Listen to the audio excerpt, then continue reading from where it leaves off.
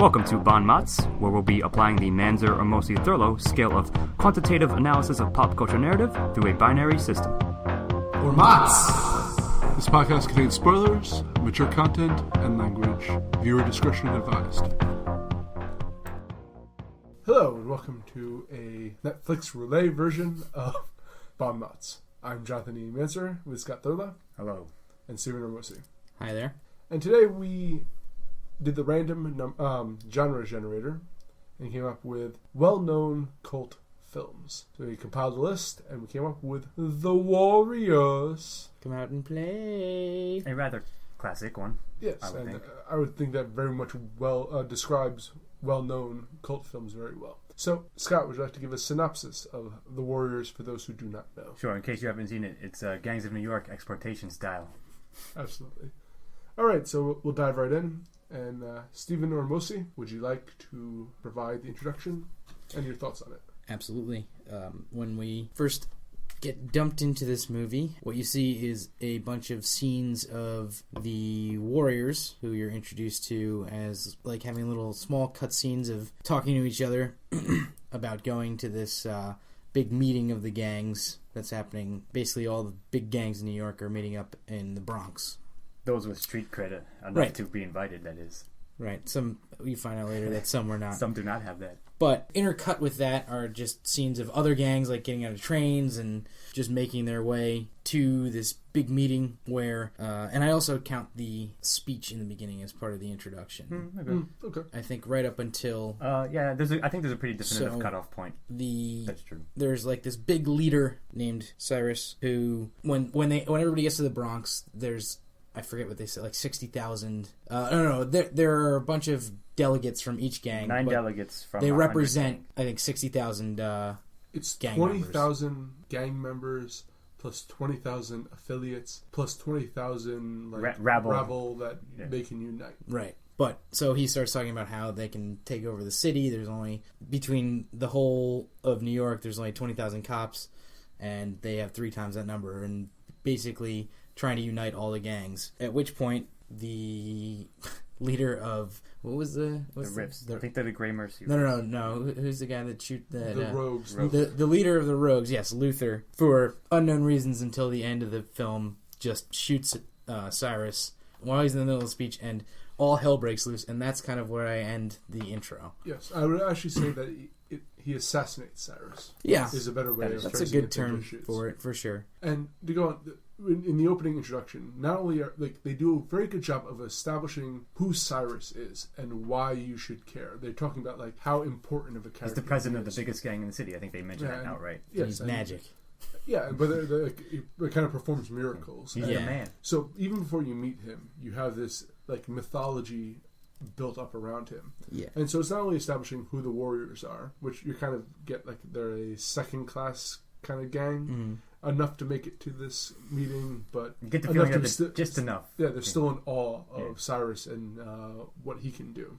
Right. And I think what's great is they do intercuts of Coney Island, which is where their home base, and it really kind of gives the feel for where they are in the world and New York at the time. Yeah, I agree with that. But go ahead. I think that the intercut scenes right in the beginning do a great job, and then when that stops happening, it kind of goes to, it's like a couple of moments of waiting for Cyrus to appear, and then he shows up and he gives this awesome speech right in the beginning. So you dug his speech? I can dig it. I can dig it.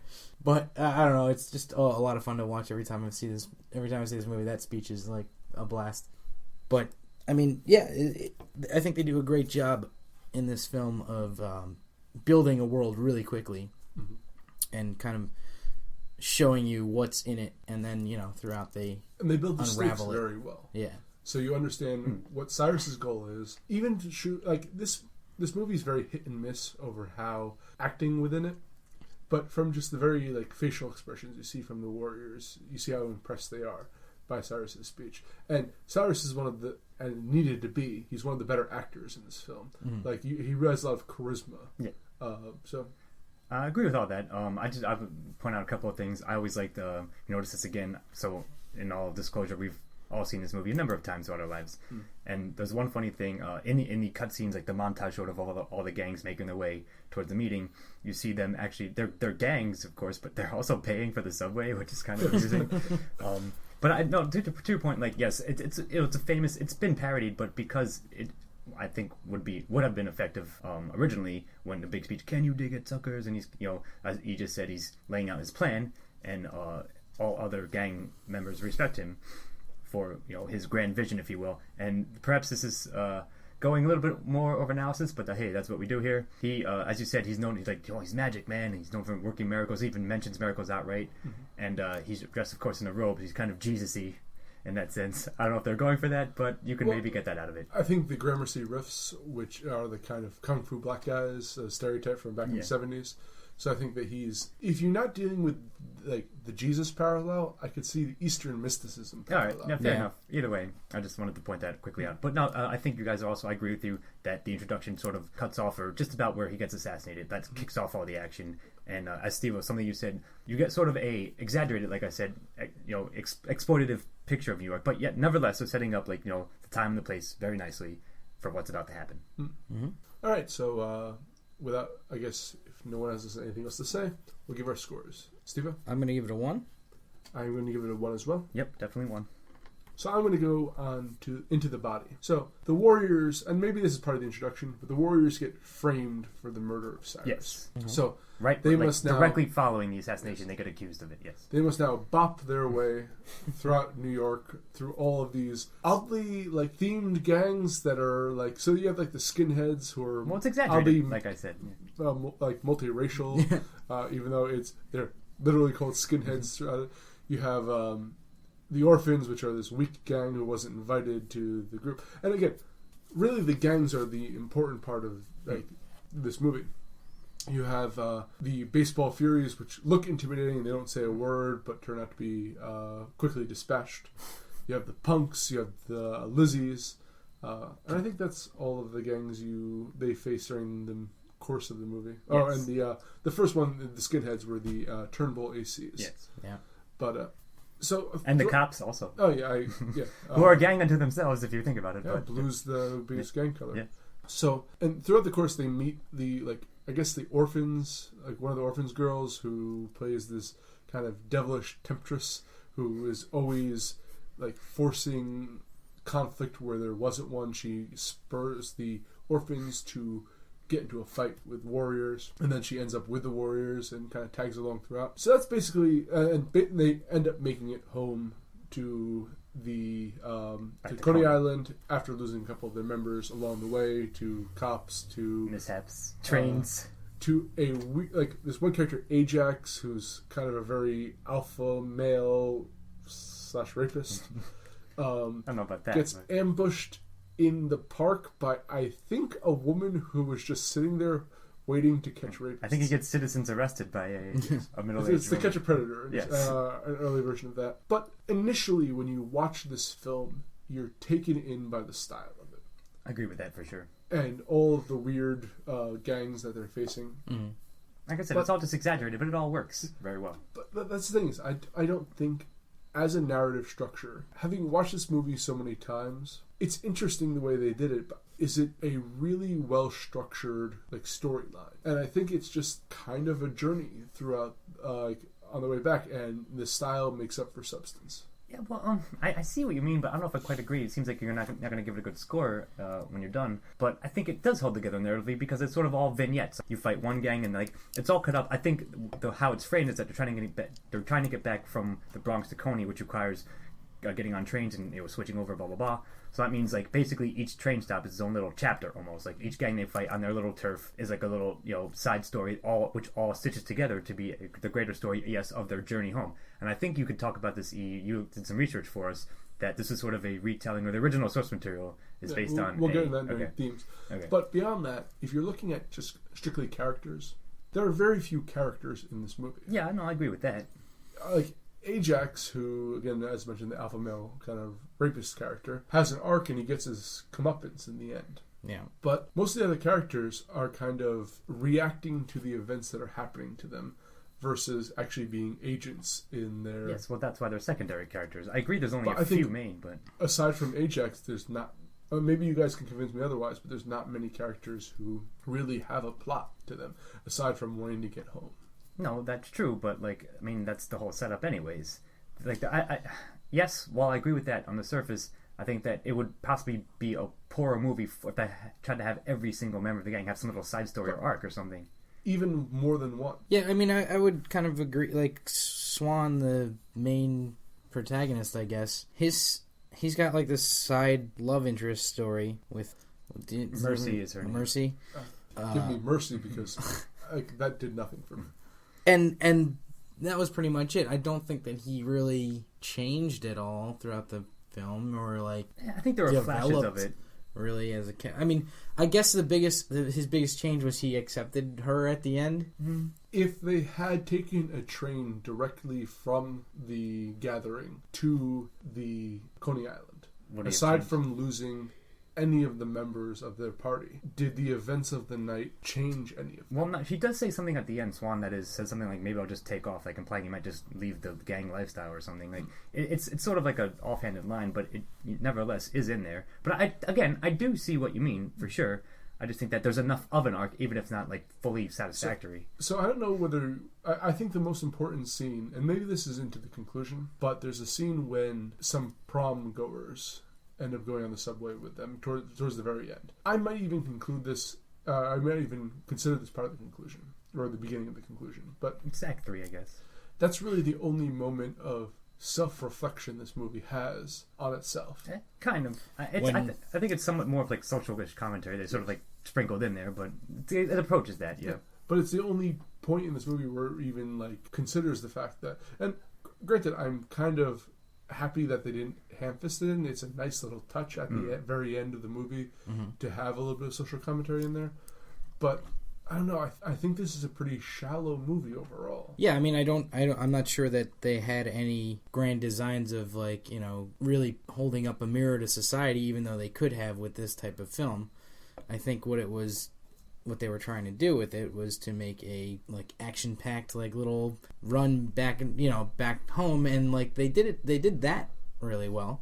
But this is based off a novel, and the source material did go into that. They went into ideas of sexuality. They went into ideas of classism. So sure, that was there once upon a time. And is this the... I like this movie. I enjoyed it many times over. But is this the shallowest version of this story that can be told? Maybe not. But I'm going to say the thing is, regardless, like Hollywood is probably going to dumb it down from any source material, especially a novel. This is a low budget. Sure, but that's I'm sort of cutting up the difference. And to Steve-O's point, like it's sort of just a fun little romp, you know, again characterized, I guess, like a caricature, that is to say, of a time and a place in New York. And it's like it's a simple story, of course. It's a journey home from unknown territory, and I think you're gonna, as you said, you'll say more about that in the themes and so forth and the history behind it of the source material itself.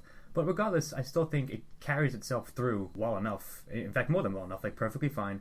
And also another famous thing, nice touch they do is in between as they advance, like back home. It always cuts, the woman, the San Diego voice, who's the DJ, who's like updating, like giving the little gang code of like, oh, the Warriors have passed down, whatever, and you're playing like a threatening song or like a pertinent song at least that cuts up sort of like bookends each little section of the city as they make their way back. Yeah, I mean, I like this film, but I think that you're probably right. It is more substance or more style than substance as far as a narrative goes, which I don't think is a bad thing necessarily if you do it well. But as far as a narrative goes, I'm not sure I'm going to be able to give this a great score just because there's not much that happens narratively. I mean, it's, it goes from one altercation to the next and then they're home. Yeah, sure. Like you guys said, yes, it's a simple story, but I think, it's not trying to be anything more than that. And I think given that it is a simple story, it holds its structure is perfectly fine for that, given that. So that's all. Well, I agree. Again, upon first viewing, I loved this movie. Upon subsequent viewings, I liked it. But the more I see it, the more it isn't as filling as I thought fair it was. That's fair. With. So I'm gonna have to give it a 0. Scott? I still think I'm giving it a 1. Maybe you convinced me it deserves a little softer of a 1, but I still think, again, overall and broadly, it holds up for what it is and it works within its constraints very well. And Stu? I am going to give it 0 as well for body. It's a tough call for me, actually. I see. I was in between. Could be close For a while, but I'm going to give 1s to this for other things for sure, but... Oh, absolutely. Anyway. Speaking of things I'm probably giving 1s to. Scott, would you like to talk about the conclusion? Sure. So I think let's sort of broadly agree where the conclusion may begin and then actually conclude. I think it's when they get back to Coney, and then they think they're okay. It's like dawn is the next day is breaking, and they finally made it, and everyone's tired, and then they have to rumble with the rogues who followed them to Coney in the car, and they have that final battle, and then the Griffs show up. The clown car full of yes, the clown car full of heroin looking. No, the riffs. Oh, no explanation of how they get there. That's what I said. Well, that's what I said, right? Sure, there's about equal, like 8 or 9 warriors versus rogues, and then like 30 or 40 riffs show up on the beach. And but either way, like I think it's a good conclusion. Like given that we just said yes, it's a simple story, and they almost subvert it a little bit, where you think they're gonna have a big rumble on the beach, just them versus the rogues, and then nope, the riffs have figured out who actually assassinated Cyrus, and so the warriors are now off the hook. They're exonerated. And the riffs come down on the rogues and let the warriors go, and they walk off in the dawn on the beach. So I think it all works very well. I don't really have much more to say. I think again, yes, it's simple, but it's a simple conclusion for a simple but well told tale. And you gotta love the part where he's clanking the bottles the classic together. Warriors come out to play. That's a classic. Calling the warriors scene. out. That's always awesome to see. And honestly, I think that the ending provided a really good finale, like cap off to the rest of the movie. Exactly. Everything kind of comes together pretty well. So, to build off that, I'm looking at the plot threads in this movie. One, you have the warriors getting home. That's resolved. One, you have Mercy and Swan's romance, which I doubt is going to last. It doesn't matter. It's resolved in the film for how long the time. It's satisfactory. Swan does have some reflection for the... I mean, maybe his character is supposed to be like an introvert who is constantly mulling over things, but it's the first time he actually vocalizes that. Yeah. And you have the Riffs trying to find out who killed their leader, and that's resolved. So all of it comes together very well, and that iconic scene with the bottles, it's all perfect. It really ties the movie together. Exactly, agreed. Those bottles really tie the movie together, my friends. Yes, so I'm going to give it a 1, of course. Yep, that's a 1 for me as well. Right. And a 1 here as well. Okay, back to you, Stephen. All right. On themes. I know you said you did some studying on this, so I do want to save a lot of that for you. I kind of like the idea of showing like the darker side of New York in the 70s and like all these gangs, even though they're like clearly completely exaggerated. What? Mimes were running around New York causing trouble? No. Well, maybe they were, but baseball, not as a gang. No, baseball players with face paint and baseball. Mimes are always causing trouble, but they were not organized in the sense that the movie wanted you to believe they were. But New York's had its fair share of trouble and gang activity in the past, and this kind of just shone a light on that. I mean, they didn't show really any other parts of New York in this, so it wasn't very fair-minded. But I've been to Coney Island recently, and that's not a pleasant place to visit. Real quickly, this movie was made in '79, which was that sort of more prevalent, of course, back then, or it was more in the limelight. But I thought that was interesting to go with that theme. Like, this is what living this kind of life is kind of, obviously, as I said, exaggerated. But so that was kind of interesting to me. And just the idea of uniting all those gangs and then having that fall to shit was kind of cool. I don't know. You want to talk about, Ian, what you were going to say? Well, while I'm sure I could piece together some plot lines about youthful love and life in the city, poverty, and all that kind of great thematic moments, but what I want to actually talk about, I think this has more to do with the novel that came first. Although, from what I understand, the movie did accentuate some of these points. Was that The Warriors is based off of an ancient Greek tale called the Anabasis by Xenophon. It was actually, I believe, a biography by him about a group of Greek mercenaries who went into Persia to Cyrus the Younger, who was organizing a bunch of, an army together to overthrow his brother, who was the king of Persia. And Cyrus the Younger died during battle, and the Greeks were stuck behind enemy lines and had to march back to the Iberian, not the Iberian Peninsula. What's the peninsula? Nonetheless, the Greek mainland, in order to find safety. So they had to run. it was an extraordinary amount of miles they had to march back to It was a death march, in more or hostile less. territory. So you can see this like throughout. They do like obviously the leader was Cyrus, and I believe he wasn't named Cyrus in the novel. They named him Cyrus in the movie, which again tied to the Original source. the original source material. Cleon, who was the original leader, or at least the leader of the delegates of the warriors, who was murdered early. Cleon was an Athenian statesman back in the day. You have Ajax, who was the warrior for the warriors, the rapist guy. Of course, the Greek Greek mythology there. And you have one of the gangs was named the Saracens, which was a term for like Muslims back in like, the Middle Ages. So again, there's all of these ties to that mythology there, and more so than was even. I think there was a lot of winking and nodding to Sure. not only the original novel but to the source material for it. And I have to give that, like, again, I mentioned earlier that this movie is almost thematically shallow, but it's not in this respect. Fair enough.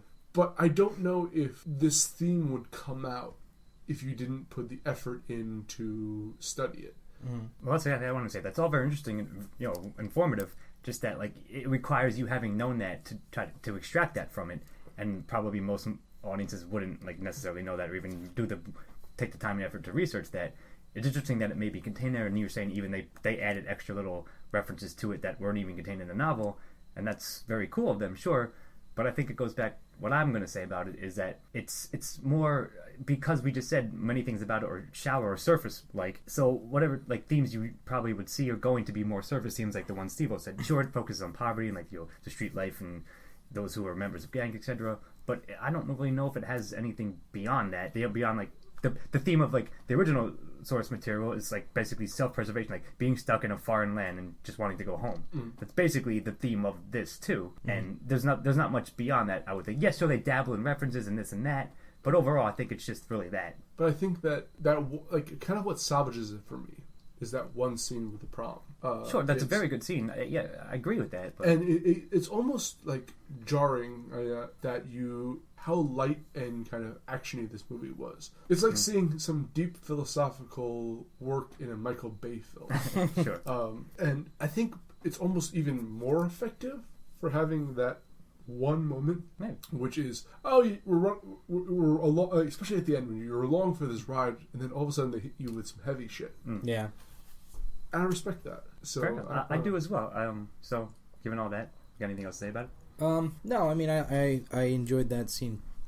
Actually, the thing that always sticks with me is when Mercy goes to like fix her hair and Swan like pulls her hand down, like basically you don't have to fucking make yourself look better for these. Sure, that's a nice touch as well. Also, one of the scenes I really like is they're like kind of focusing on her legs, so you're like. It's kind of from, I believe, the point of view of one of the guys on there. It is. And it pans down to her feet, which are covered in muck from having had to run through the subway systems. Yeah. So again, like then you can really feel the uncomfortableness of the prom of having to sit across from such filth and rabble. The parasites. Yeah, sure. So like again, even though it may not be the deepest of things, it's still very nicely done and nicely woven into the story, I think, and I think they did a good job with that. Yeah. So, Stephen, would you like to give a initial score?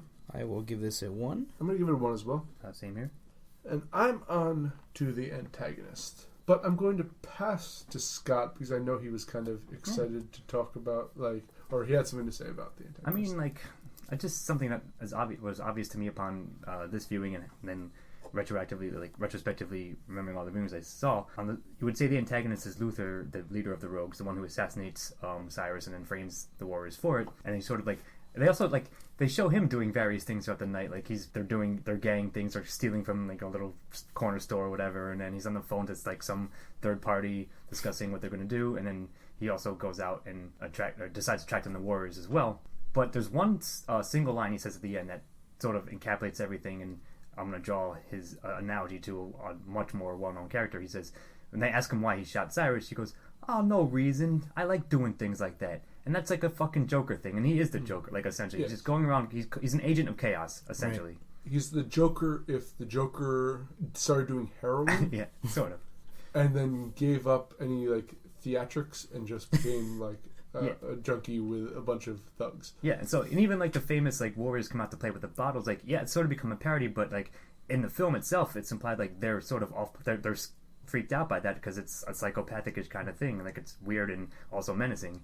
So I don't know. That's all I have to say about it, and that's his character, and that I would think that's the antagonist. If you can think of others, maybe more abstract things, but yeah, I would agree. He's definitely the antagonist, and he just does have that look of a psychopath all the way through. It's kind of I think that the actor that played him did a pretty good job of just. I think he was one of the strongest. Sean Penn. Yeah, but pretty much one of the strongest, performances along with Cyrus in the film. I don't have much more to say about him. And this is what trips me up about actually giving him a rating. We don't have much to say about him. And I don't know what's what to say about effective. chaos, like, you know what I mean? I don't know, a force of nature. But I think he's effective. I think he keeps like he kicks off the whole plot. He keeps showing up throughout the film, and he's always like this, kind of Terminator. Like he's just you feel like he's just kind of on their trail the whole movie, and then when he finally gets there and they have a showdown, it's kind of like a relief that finally they've found each other at this point. So who was he on the phone with? I think that's a well done detail that they never reveal. No idea. I don't think he's the leader of the rogues. I think he's just a secondary. Ostensibly he's one of the delegates, but maybe not per se the leader. So I think he was on the phone with his boss. Because again, it's not like it's conspiratorial. Oh, I killed Cyrus for you. It was him making excuses for what went wrong.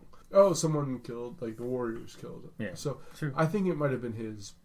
That's interesting. That's a good point. I never really thought about it. But I just want to say, ostensibly, every other gang in the film is an antagonist, for the little part of turf that they have to fight them on. But not really, only because. Yeah, but he's the driver. Right. Of course, that was sort of more facetious, but. And I'm going to look at those as supporting. Yeah.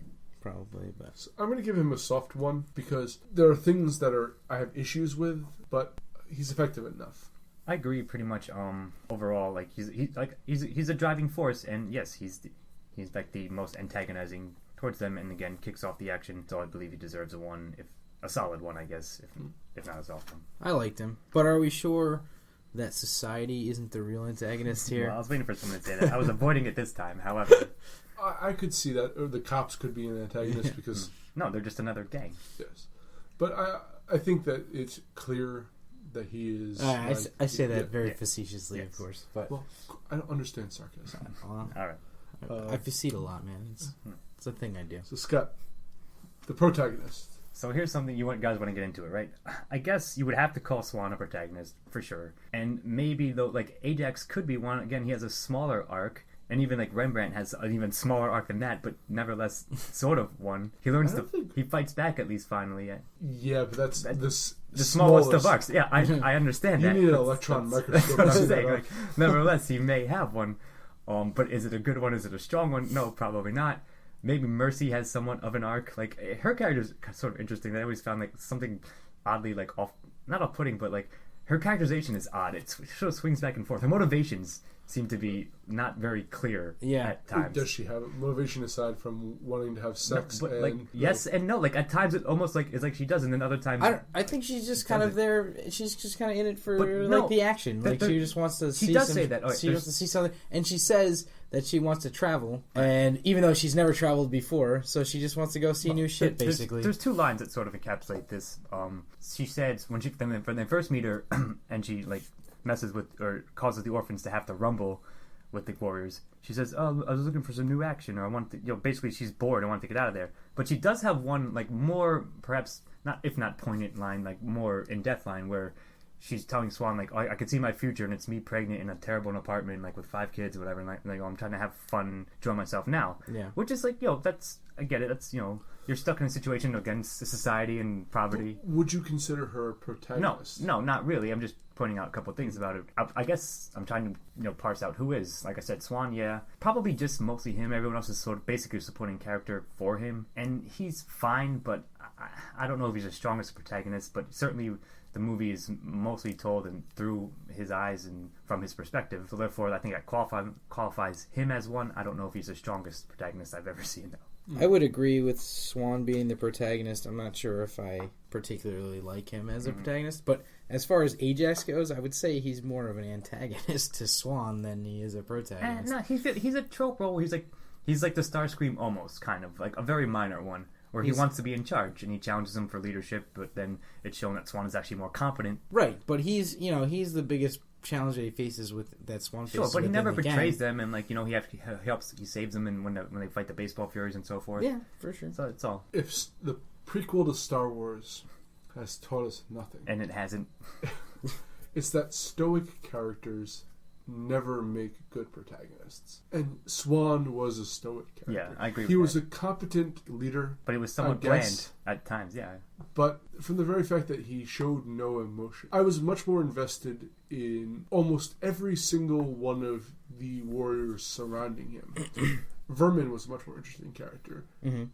Cochise was a much more interesting character. Ajax was a much more... What was it? Cowboy? Cowboy. No, not really Cowboy, but... I guess Rembrandt a little bit. Yeah, he was even more interesting. Like I said, yeah. So, yeah, if this is the person we're following, yeah, he's incredibly bland. Exactly. He's all business in a movie that's a lot of fun. Yeah. So That's true. So, I'll probably give him maybe a soft 0, but definitely not a 1. I agree with the soft 0 on that. Yeah, I'm going to give it a 0 as well. All right. Well, what do you give the supporting cast? I give the supporting cast. So there is so much supporting cast, and they're so colorful, and just at so many points in this film, they're just a lot of fun. There are certainly some supporting casts that are stronger than others, but overall, I mean, there's probably 50 supporting actors in this film at least. If you count the Bob at the beginning, it's way more than well, I mean, not all of them actually do anything, but sure. There's a ton of supporting cast, and they are kept fresh throughout. Always, every time every time you meet someone new, it's interesting. You want to kind of know the story behind them, and so I think they did a good job with that. Without getting into too many specifics, because I know you guys are going to have stuff to say about this as well. Well, I'm going to say one thing. In the classic MOTS style, where we find one character that they really strike a chord with you, you have to give it a good score. The DJ. Yeah, well, that's a good one. I was going to bring that up. She is fantastic throughout. She, in a sense, she's the narrator almost, with updating you where the story is. If this were a Greek play, she'd be like the chorus almost. Absolutely, and I think that's a good parallel there. And you only see her lips, but from that and from the words she says and the songs that she plays, you know everything about it. It's fantastic. Yeah. It's a good pick. It wasn't going to be mine, but you have to point that out because I don't think we've ever seen something quite. Again, many things have paralleled it and sort of try to cannibalize it, but it was such a well done device in the story. But beyond all that, there's something else we like to say where they set up everything very nicely. You see a number of colorful costumes in the original gang meeting, and then that sets some of them that they're going to fight later on. Right, not all of them, of course, but at least some of them. And they're named, Cyrus calls out a couple of names, so you get drop little hints that they're going to encounter these characters later. So I think that's all good. And yeah, something maybe we'll speak to a question that comes a little bit later, but regardless, all the gangs are well done. Some of them perhaps are more comical or not than others. You mentioned the baseball furies earlier. They're almost like zombies. They have scary face and they never say anything at all, and he just show off his crazy bat moves. Actually, speaking of zombies, so Assault on Precinct 13 was John Carpenter's attempt to make Night of the Living Dead, in his own way. This reminds me a hell of a lot a John Carpenter film. I sort of agree with that, yeah. And I love Carpenter, of course. Yes, and it's sort of I would be heavily surprised to find out that this is not influenced by John Carpenter. And just the creativity behind everything. I agree. From the gangs to the Gramercy Riff's sub boss who takes over for Cyrus is a fantastic supporting character. I agree with that, there. Of course. The Lizzies are very well developed and interesting. The boss of the orphans plays that character perfectly. I agree. I was actually going to say him. I was actually going to mention him as how you pick a supporting character every time.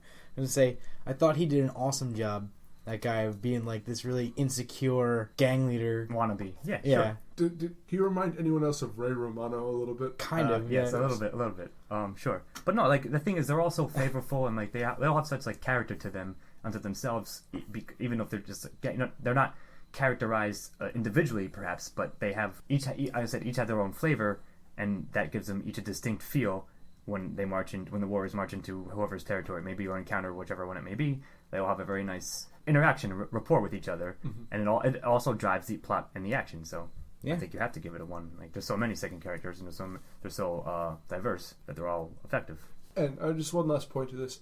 I think that they did a good job of, even if they weren't very deep characters, I think they did a great job of making every single warrior unique. And I agree with that. If this was handled much more poorly, they would have been bland faces.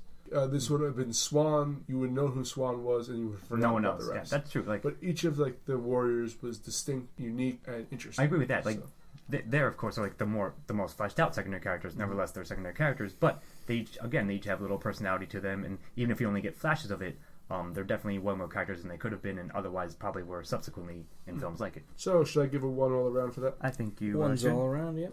Okay.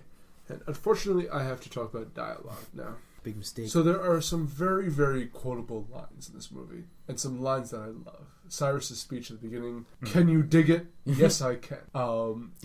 The warriors come out to play. You've heard, even if you've never seen this movie, you've heard that line. Right. And this is one of the rare instances where there would be such a great dialogue, but the rest of the dialogue will drag this down to, like, whether it's the delivery or just the lines themselves. The lines, yeah, exactly. Yeah. There are some awful. I don't think it ever made me cringe, but it was consistently poor with a few highlights of like brilliance in there. I think that's perfectly well said. I really don't have much more to add. Yeah, as much as the lines that we know and perhaps love are there. There are many more. I think it outweighs itself in the sense of just like either just complete blandness or just ineffectual, not, as you said, if not cringeworthy, just not very, very flat, stale sounding lines.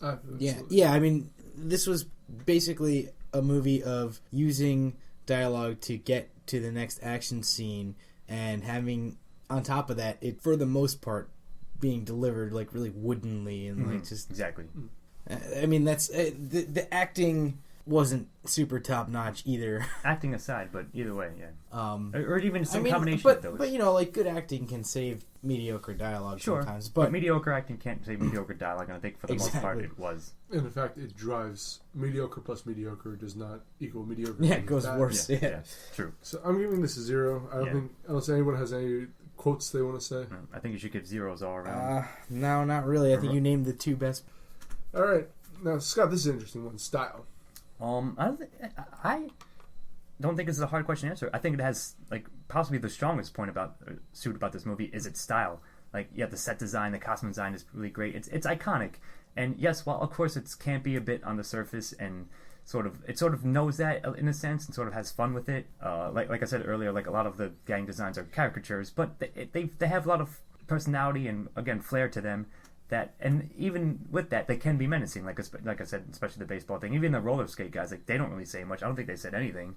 So like silently stalking them with roller skates is kind of menacing, and everything else. Like they knew what they were doing with the dialogue on that part. Yeah, exactly. Like I was gonna quickly say something about that just now, that they should have done a Mad Max thing where like had cut out a lot of that, like just have everybody be silent, but.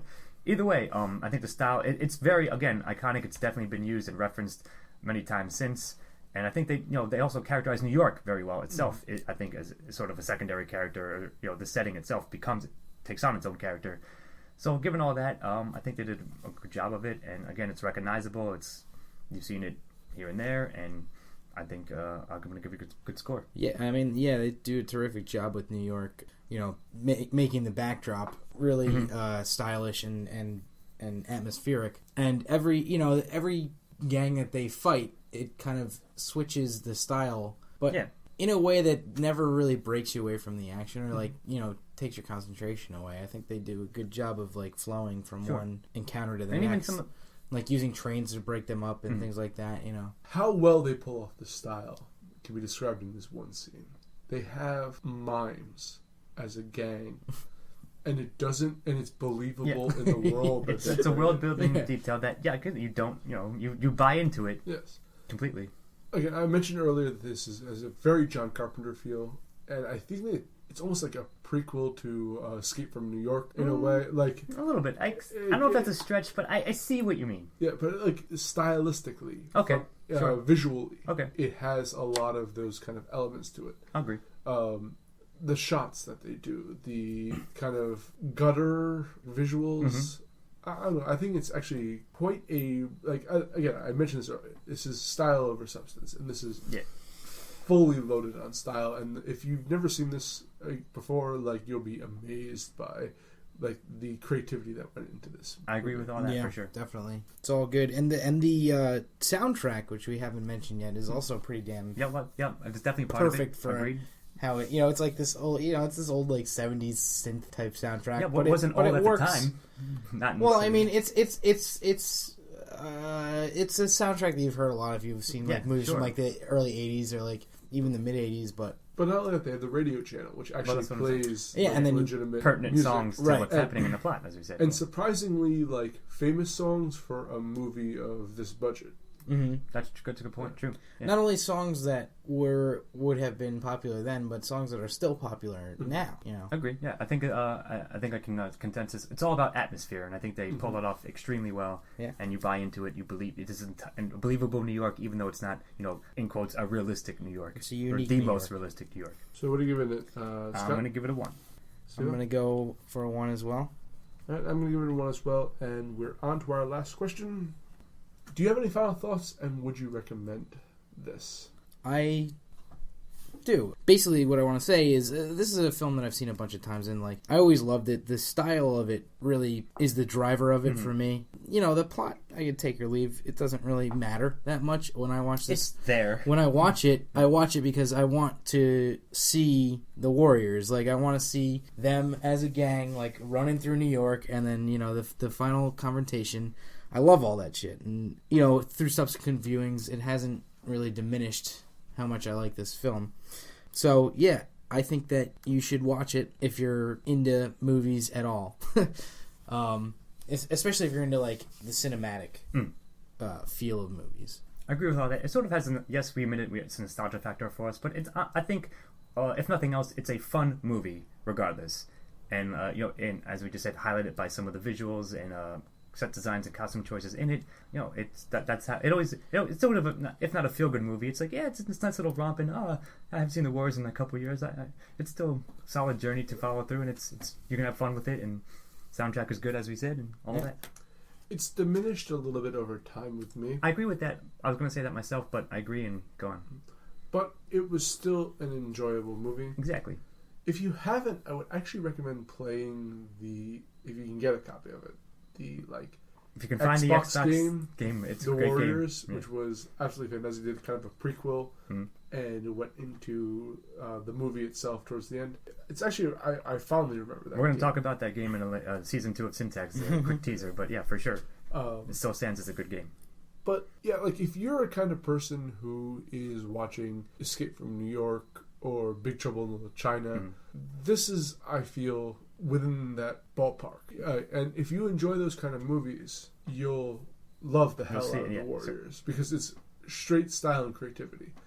If you're looking for a deep kind of drama or introspective, look into the depths of New York, you're not quite going to get that, but that's not what it's going for. But this is a comic booky feel. Exactly, that's very well said. I agree with that, and it's funny you mentioned that Big Trouble in Little China was one of the choices that was also on our roulette list tonight. Just didn't come up. And that would get a perfect 10 from me. But it's very much in the vein of that, and I agree with pretty much everything you said. It's worth a watch, regardless, to see what other things have sort of cribbed from it here and there, the influence it had on pop culture even to this day. Steven? I'm gonna give this one a 1. Scott? I as well. I'll give it a 1 as well. Not for everyone, but if you're listening to a podcast, definitely worth a romp. All right. So Scott gave it an 8, and Steven and myself both give it a 7. So that gives an aggregate score of a 7.3333 repeating. Repeating always, of course. Yeah. So yeah, I think that's pretty well much. I worth think that's a- about right. Yeah. Yeah. This has been Bon Mots. I'm Jonathan E. Menzer here with Scott Lilla, Sian Coney Island suckers. Stephen Ramosi. Hey, have a good night. For this podcast, can you dig it? This has been Bon Mots. Thank you for joining us. We'll see you next time. Music by Chris Morgan. Editing and engineering by Stephen Ramosi. This has been a Lost Owners production. All rights reserved.